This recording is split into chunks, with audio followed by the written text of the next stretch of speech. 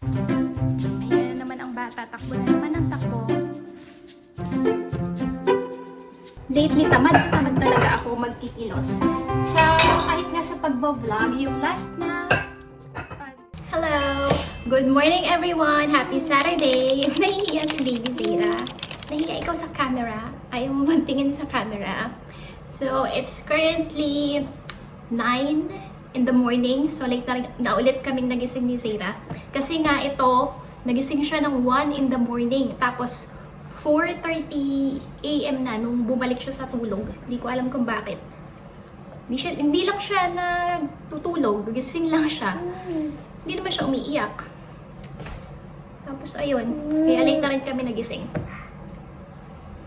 So, ngayon, please spend the day with us, with me, and Baby Zara. So, magluluto tayo ng Filipino breakfast. Tapos, itry ko rin magluto ng vegetables. Wala mga imbe-imbentong vegetables. Parang chop suey, pero hindi chop suey. So, ayun. Samahan niyo po kami today. Pakainin ko ng fruit si Baby Zara. Wait lang, baby.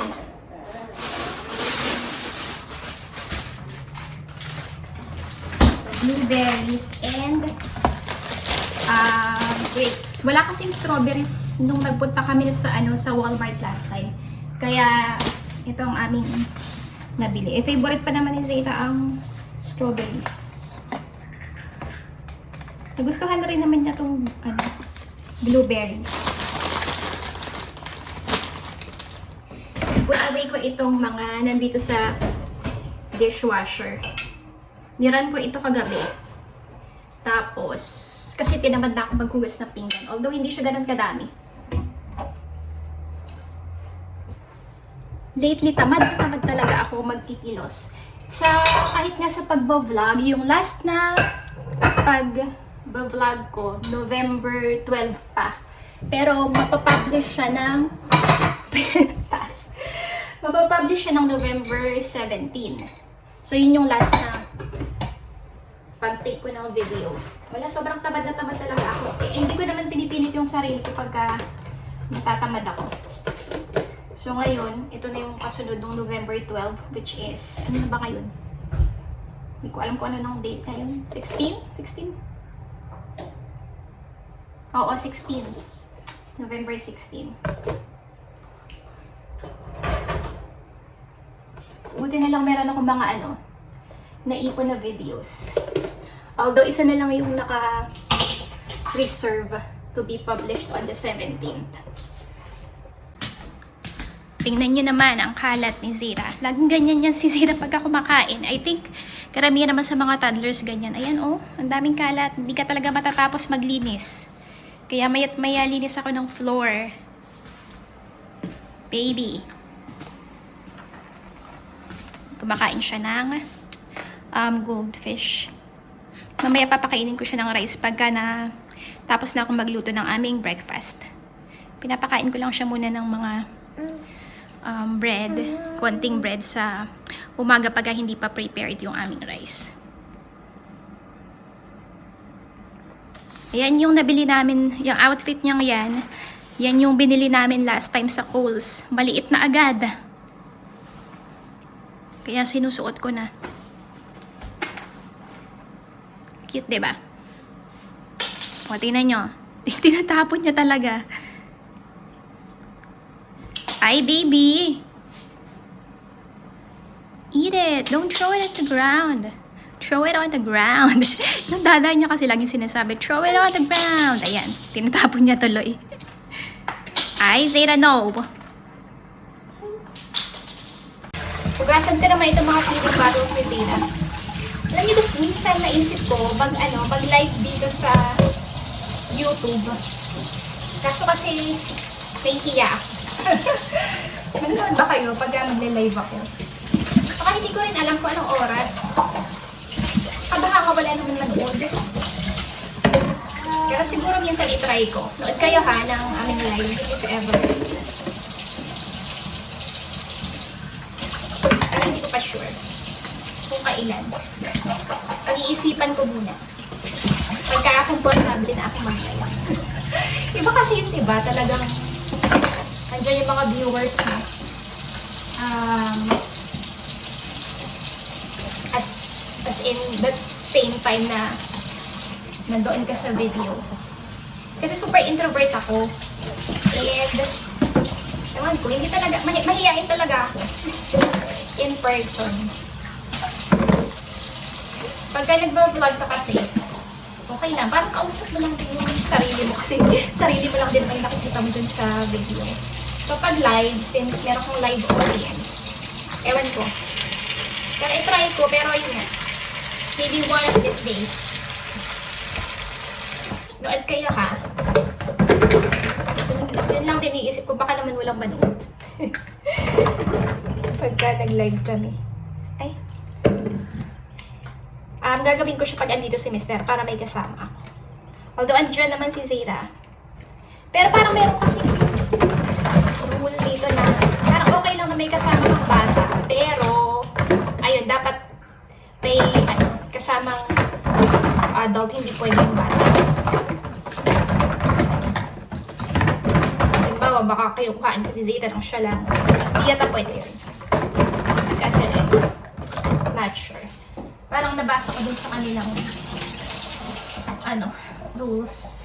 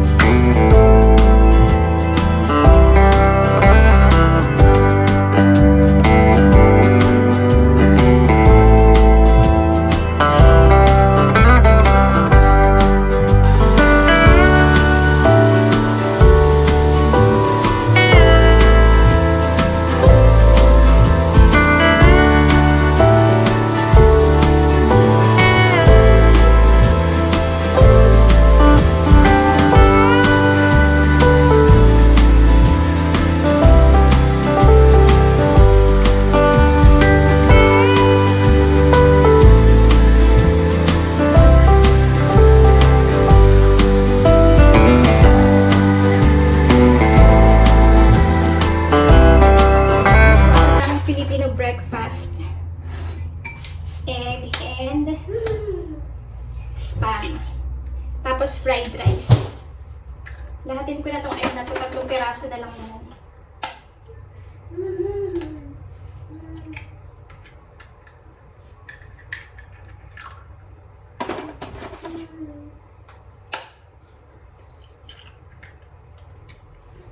Baka hindi na ako magluto ng vegetable kasi wala, natatamad na ako. Bigyan pa nitong garlic.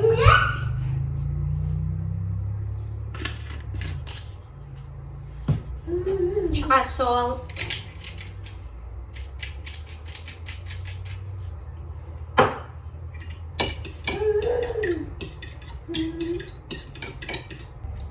So dito ko ilagay ang fried rice. Tapos dito yung egg. Dito na rin ako magpiprito mamaya ng spam. Lately, ang dami-dami kong talagang mga cravings. Tapos lagi ako nagugutom. Lagi rin ako inaantok.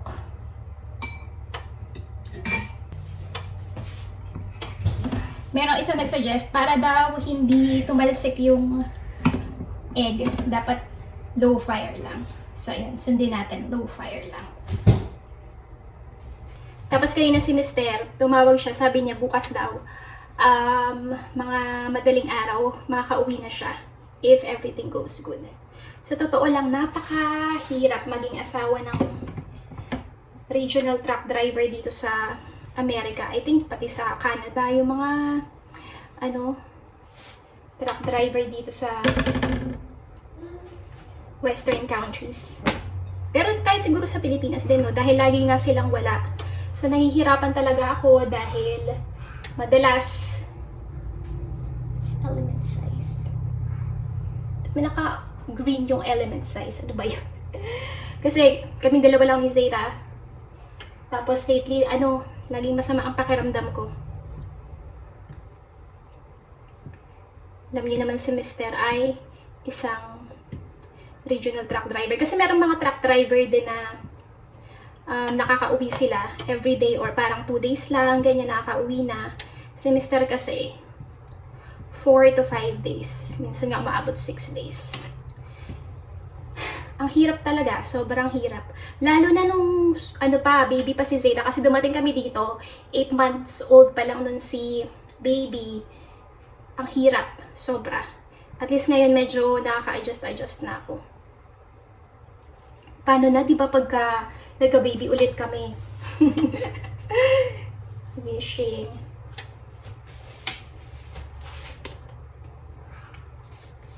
So, simpleng lang to, fried rice lang. Garlic fried rice lang. Gutom na ako. Anong oras na ba? 10:42 in the morning na.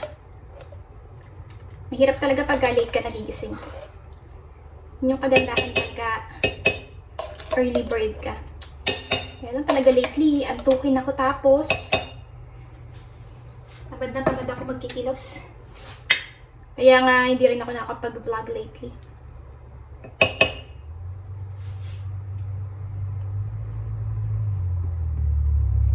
Sabi ni Ria, lagyan daw ng anong tawag dito?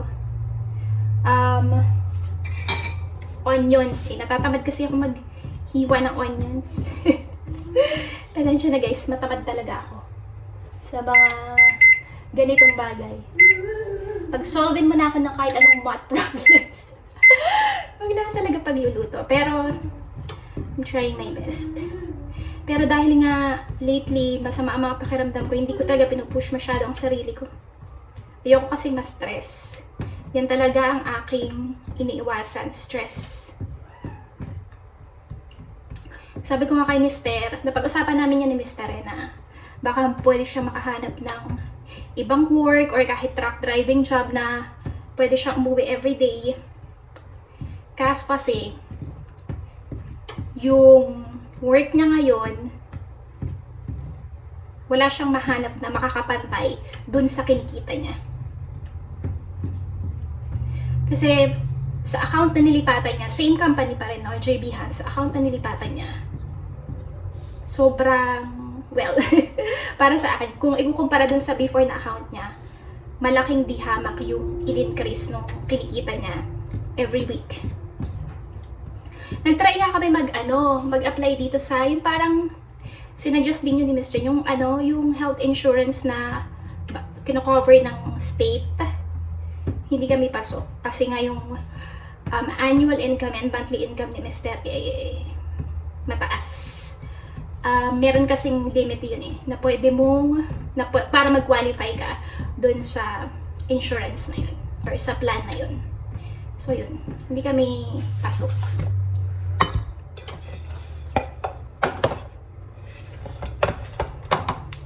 Ewan ko, namamahalan talaga kami sa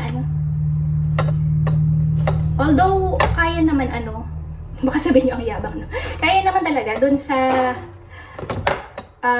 kinikita ni Mr. Kaya lang, ewan ko, parang hindi pa kami ready magkaroon ng insurance. Pero,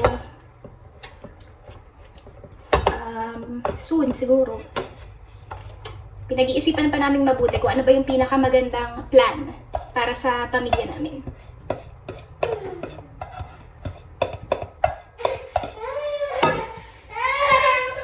Parang gusto kong lagyan ito ng, umiiyak si baby. Lagyan ng, tawag dito, oyster sauce. Kaya lang baka maging masyadong maalat. Iwas-iwas nga ako sa maalat ngayon. Pero yung kakainin ko, di ba, ano ba to? Spam, mga preservative. Minsan lang naman. Kayo, anong favorite yung Filipino breakfast?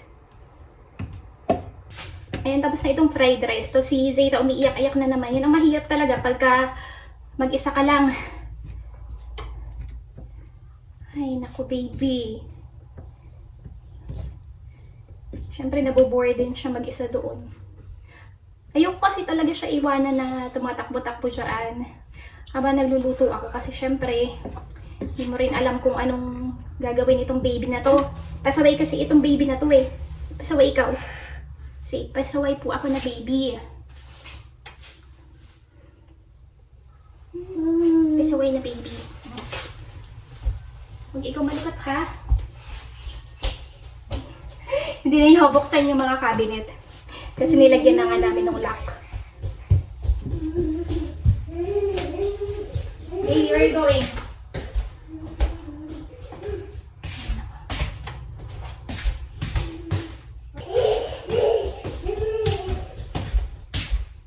Takbo na naman siya ng takbo. So, tapos na itong fried rice. Lipat ko lang siya sa plate. Tapos magprito na ako dito ng tawag dyan, spam.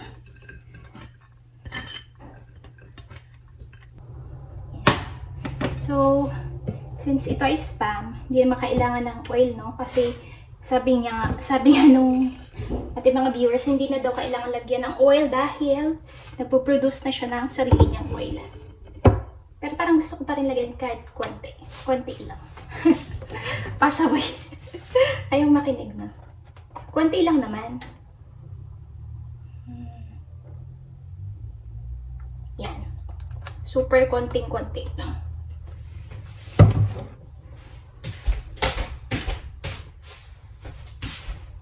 Kakain ko na. Kami lang naman kakain ito. Ayan naman ang bata. Takbo na naman ang takbo. Diyan ka lang. Pinaglalaroan niya yung blocks niya. Yan.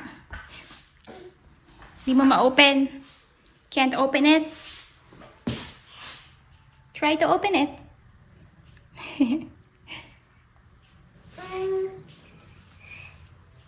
This is Zeta. What are you doing, baby?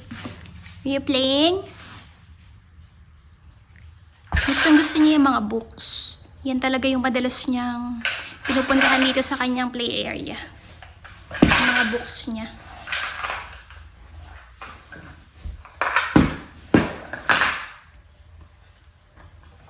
You want mama to open it? Open natin. Yeah. Nakamasanog yung luluto ko doon.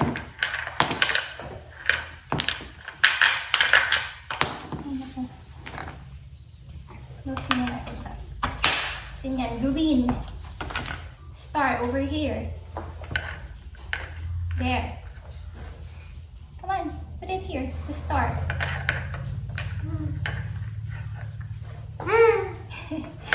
Sige, you can do it. There. Like this. It's here. No, the other one, baby. This one. Yeah, there. Ay, naku, nanonood ka kasi kay Miss Rachel, hindi ko nagpo-focus. Yan, there. But this one, about this? It's over here. Triangle, here. Isa-isa lang, baby, over here. Here. No, it's up here. Right? It's up here. Push. Push. Push. Yay! How about that? The blue one. Here.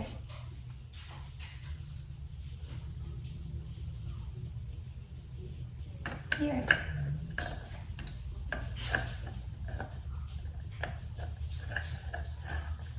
There. Push, push. Yay! Tingnan natin itong ating niluluto. Ganito talaga, no? Pag mag-isa ka, multitasking. Ay. Baka sunog na to. Ito, okay na siguro to. Ay, nako. Iikot siya. Ay, lasing-lagan tira. Hey, baby. Gusto ko dito sa spam yung ano, yung malutong. Parang medyo sunog-sunog.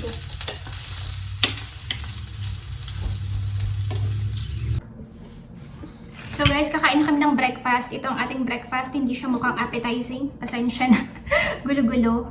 And napuno na din itong storage ng phone ko. Lagi na lang napupuntong storage ng phone ko eh. So kakain na kami. Thank you so much po ulit sa panonood ng aming mga videos. If you are new here, please don't forget to subscribe. If you are watching, please do like, comment, and share. So again, maraming salamat po. Thank you so much again for watching and see you again next time. Bye! Baby, say bye-bye. Busy siya kay Miss Rachel. Bye-bye!